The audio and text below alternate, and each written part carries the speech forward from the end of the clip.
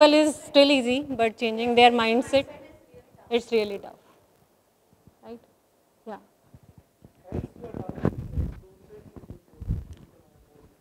Hmm.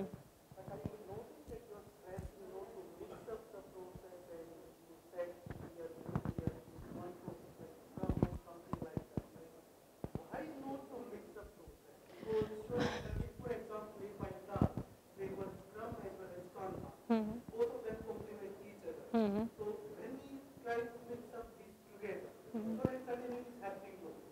So, yeah.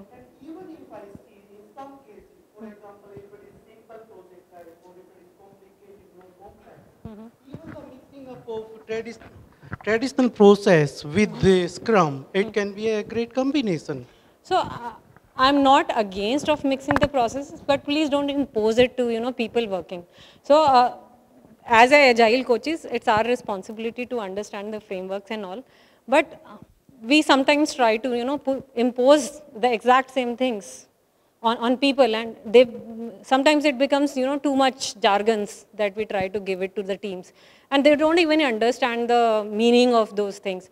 So if we say let's do backlog grooming, and we can have a very simple or another word maybe of doing the same thing, but when we get so rigid on these terms, then people start backing out and they think that this is something bulky, and people can do that without even giving them names.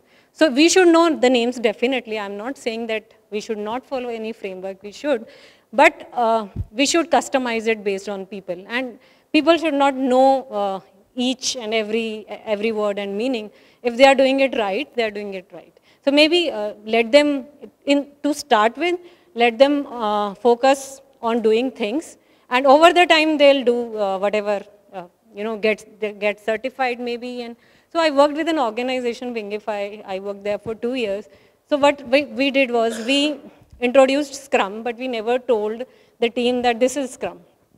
We did everything that we used to do in Scrum, but nobody was aware that this is sprint planning, this is retrospective, and this is what. So once we had this cadence that the team was delivering and sprints were going fine, then we selected the experienced people of the group and we got them certified. Then they could relate the things that they are doing and what Scrum is. And when they went back, they coached the team in the right way. And there were some practical examples with which they can relate. So on the other hand, if you make a team and bring them to the Scrum coaching, so imagine they have no context. They can't relate, right? So let people try out certain things, and if the things will be positive, the results will be great. They will be keen in learning the terms and notation or frameworks, but never start. That is my personal opinion. Never start with pushing processes.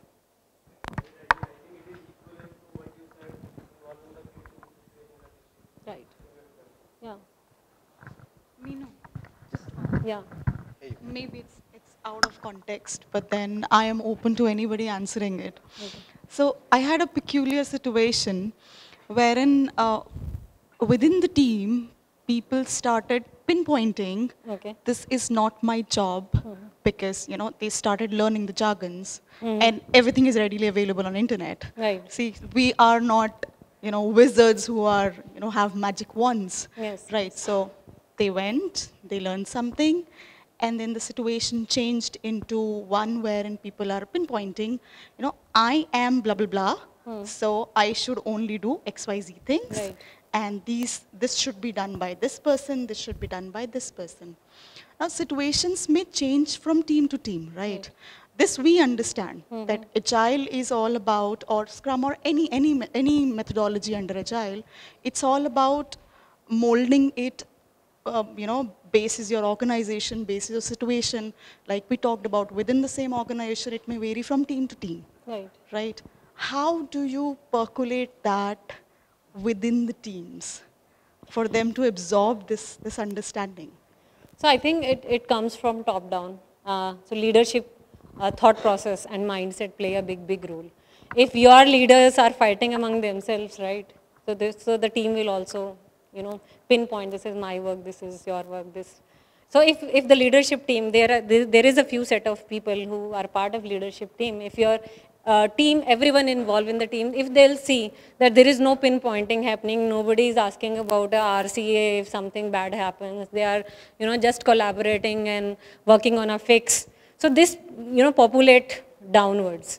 So if your leaders or managers who are at the senior position, they themselves stop pinpointing or stop asking those questions, which maybe, kind of blaming someone, then team will also start doing that. So I think you have to start from So top. I think time is up now. It's time boxed. So sorry for that. We can talk We can take offline. it offline. Yeah. Please.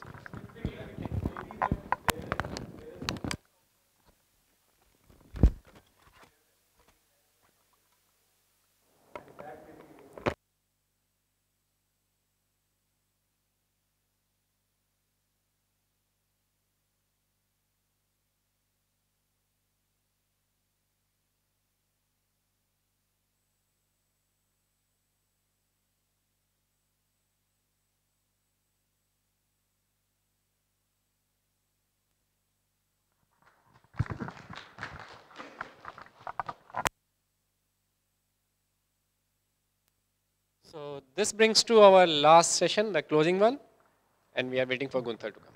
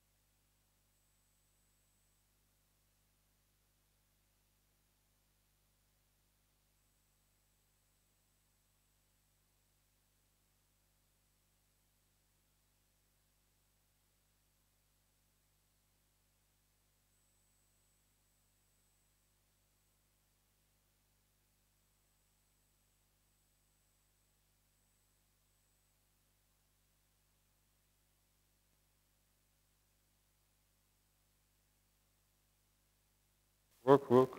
Yeah, you can hear me again. Cool. Okay. So before, I've prepared a couple of slides throughout the day, bring some things together. But let me first share with you guys. So this was my first day in India, ever. And what an amazing day it was. Did you guys have a great day? As great as I have? How amazing. I first want to thank, because an amazing collection of speakers, all in tune with the theme of the day, imagine that. So really, really great. So Sanjay, Dinesh, Amit, what a great job you did.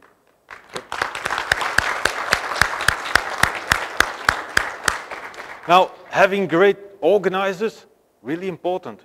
Having good speakers, probably also not too bad.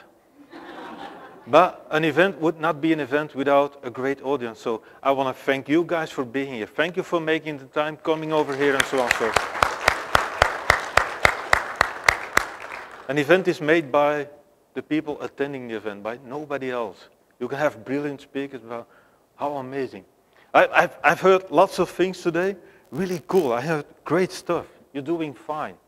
You know, I'm from Europe, working with big companies that see you guys that sort of sometimes outsourcing, whatever you want to call yourselves. I try to avoid the term culture as much as possible. Is that mine? No, okay. I try to avoid the term culture as much as possible because culture is, the word culture, or the idea behind it, is too easily brought back to region, language, part of the world, whatever. The only context in which I ever use culture is organizational culture. Because I have the fundamental belief that no matter where you live on the planet, how you look like, what language you speak, you have the ability to be agile. Everybody has the intrinsic ability to self-organize your work. End of discussion. It's sort of the culture within an organization that is imposed on people that will define whether you can build on that capability or not. I hate sometimes that sort of, can I use that word, that sort of neo-colonial attitude. Yeah, but you know what, over there they can't do that, and there, no, that's not possible over there. It is, because we're all human beings, we're all people, we can all do that. So that's the only context I ever use culture in. So don't let yourself to be reduced to resources. People are not resources. Don't ever call people resources. People are what they are, people. Exciting, challenging, intelligent, whatever creatures, wherever they live. People are people. Resources is pieces of machinery, cogs like they said. People are not resources. People are not replaceable pieces of machinery. We can't say that enough. And even if they think in whatever part of the world that they can treat you as resources, don't allow yourself to be used as resources. Everybody is better than just being a resource. Some of the fundamental beliefs that at least I thrive on. So throughout today, some lovely conversations, also a lot of pictures too. So my photo book is now suddenly a lot bigger than it was before I came here. So really, really, really cool. A couple of things I wanted to quickly elaborate on with you guys, and that's sort of try to look into the future a little bit. I'll come back on that. This is sort of the last slide I think I showed you earlier on today.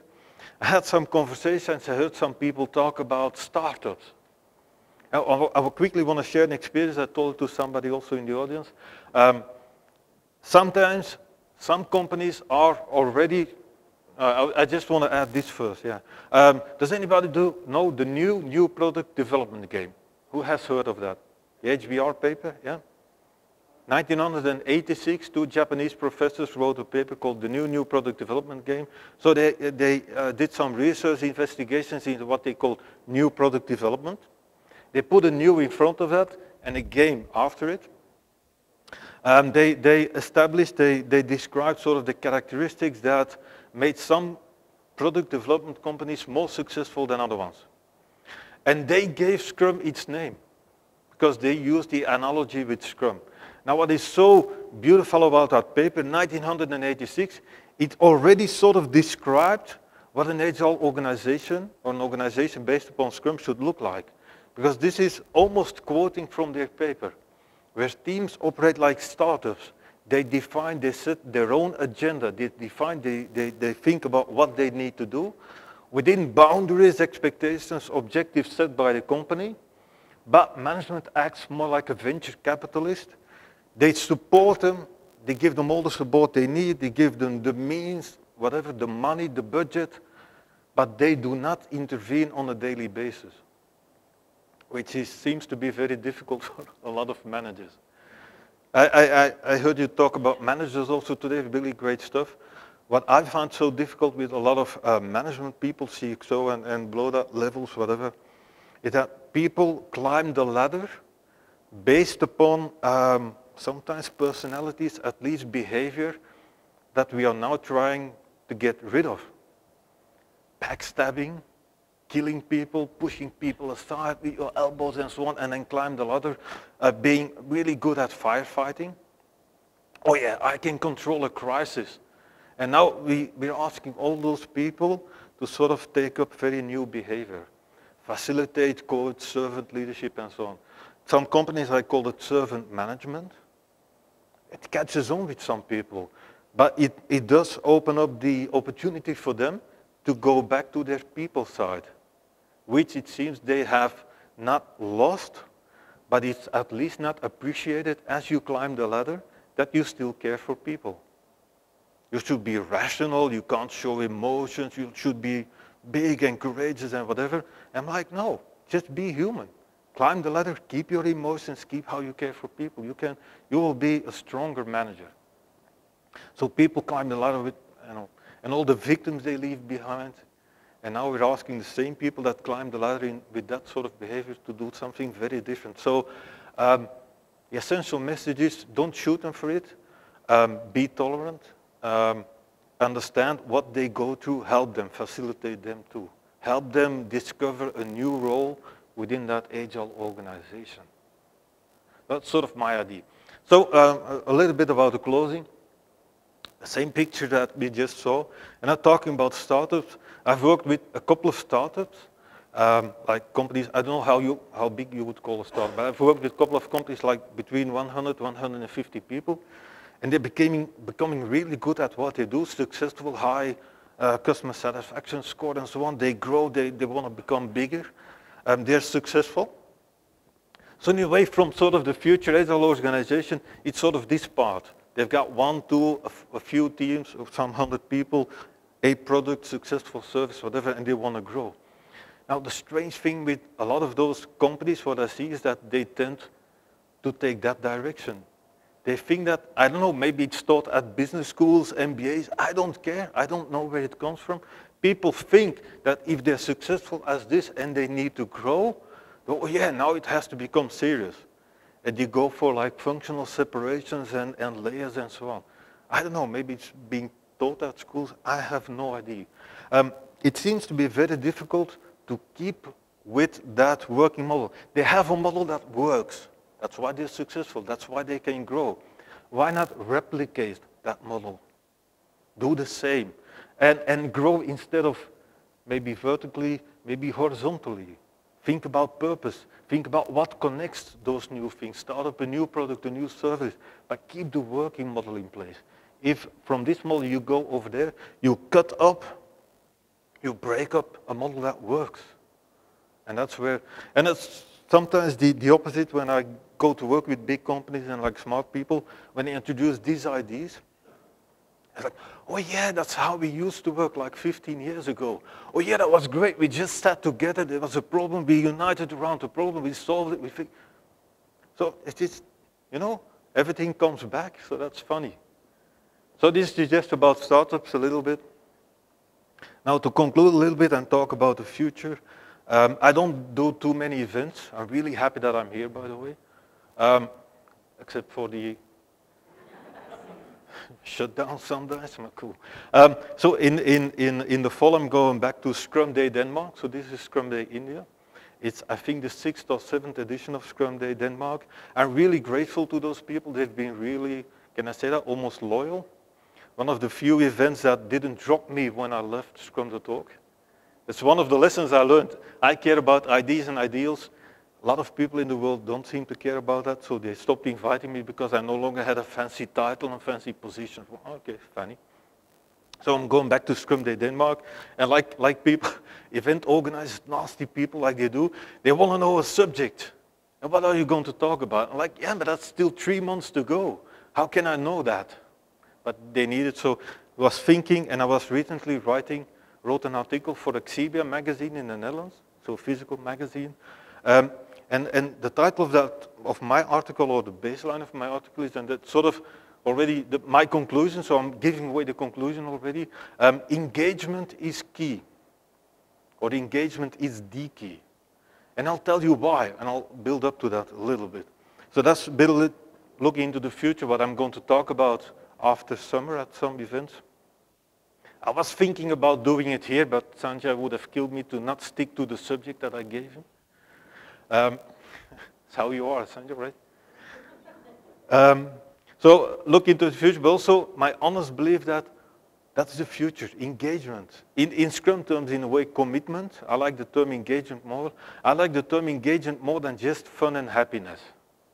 Fun and happiness can be very empty things. Engagement is, I think, what we need. And I want to build up to that a little bit. So these are two pictures from my book. I have a book. This is my honest belief. What we are currently living, not just India, not just Belgium, small Belgium, Europe, whatever. We are truly seeing, we are in the midst of an enormous shift from the industrial way of working into what I hope will become the agile paradigm. We are truly doing that. Industrial work, it's over.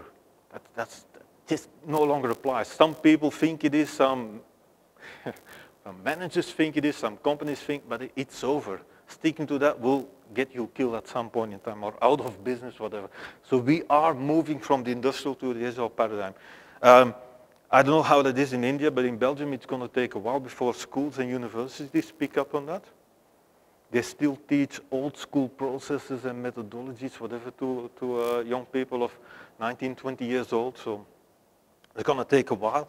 But that shift is happening, and it cannot be stopped because the world is full of information, data, real-time information, knowledge, and so on. So we will go there. One of the aspects of that agile paradigm is value. A very important one. It's even in the definition of Scrum, in the Scrum Guide, how to maximize or optimize value. So in a way, agility, flexibility, responsiveness, ability to adapt, agility is almost the ability to deliver value in very complex circumstances. So a lot has to do with value. And value is like in one of the sessions, value is not utilization. Utilization is being busy. That's all. The only thing you have with utilization is that people are busy. And even the idea of the Taylorism, removing all slack, we need slack in our processes. Slack means thinking time, staring out the window, going for a walk, taking a shower. I get the most silly ideas when I go out to do some running or in the shower and so on. So if I would I'm my own boss, so if I would force myself to fill in timesheets, I would have to fill in the time under the shower because I get brilliant ideas under the shower or when I go out running. So how useful is that? Utilization is all about being busy. That's all. It's not by being innovative and so on. You can sort of pre-plan, pre-fill a sprint, at sprint planning, completely fill it based on utilization, and you take out all of the oxygen of the room, no innovation, no thinking. You need slack in your processes, room to stop, think, and so on. So you need slack. But it's about value, not utilization. I would love a team to only use half of the sprint and build enormous value that we can bring to the market and test out whether it works and then spend the rest of the sprint doing nothing, rather than just being busy building, adding stuff, adding complexity to code base nobody's going to use. So imagine the courage of a product to do that. So let's focus on value a little bit. And this is history, I think, and future. When in 2013, Ken Schwaber and I decided to work together. And then he helped me get away from 2 additional jobs because I was sort of combining 3 jobs at that point in time. I was what they call global Scrum leader within Capgemini, Agile Value Proposition Manager, whatever fancy titles they have. I was doing a lot of trainings, and I was also already working with Ken and Scrum.org maintaining courseware. So Ken said, well, let's go from 3 jobs back to 1, Gunther, and be my partner for Europe, and in the end, for the rest of the world. And the first thing we did, as I started working within Scrum.org, built something that we called Agility Path. Who knows Agility Path? You see, no hands go up. That is how brilliant we are in creating enormous, creative, brilliant stuff, and then make sure that nobody finds out. So by that time, we were already seeing that thing of agile transformation. We built something called Agility Path. We spent quite some money on it. We trained people in it. We call them engagement managers and so on. Nobody picked up. Nobody listened to us because it was Scrum.org. Nobody sort of associated that with Scrum. Essentially, and I heard talks today about evidence-based management. I'm old guy. I know that in India you think that age and wisdom go together. In my case, they don't. I've got the age. I hope someday to have something of wisdom. But going back in time a little bit. So Agility Path we intended that to be a sort of really open, flexible framework to help people go through an agile transformation, almost introduce Scrum with Scrum. So use Scrum to develop your Scrum. Because we saw that Scrum was being sort of limited at the level of IT, often to match some teams and so on, so we want to help people. So we wanted to help managers, change people, change agents, no matter what. We wanted to help them use Scrum to introduce Scrum. So, and that got lost a little bit, so that's why I want to bring it back up. So evidence-based management, we had thinking about value, very important. So value, very important, the agile paradigm in Scrum. So think about value. And we thought about key value indicators. But you know what? Key value indicators as sort of was my alternative to KPIs, key performance indicators. Key performance indicators, nothing wrong with the term, just very wrongly used. Nobody uses it. They set it as objectives rather than indications of a situation. So we thought about, instead of KPIs, KVIs, key value indicators.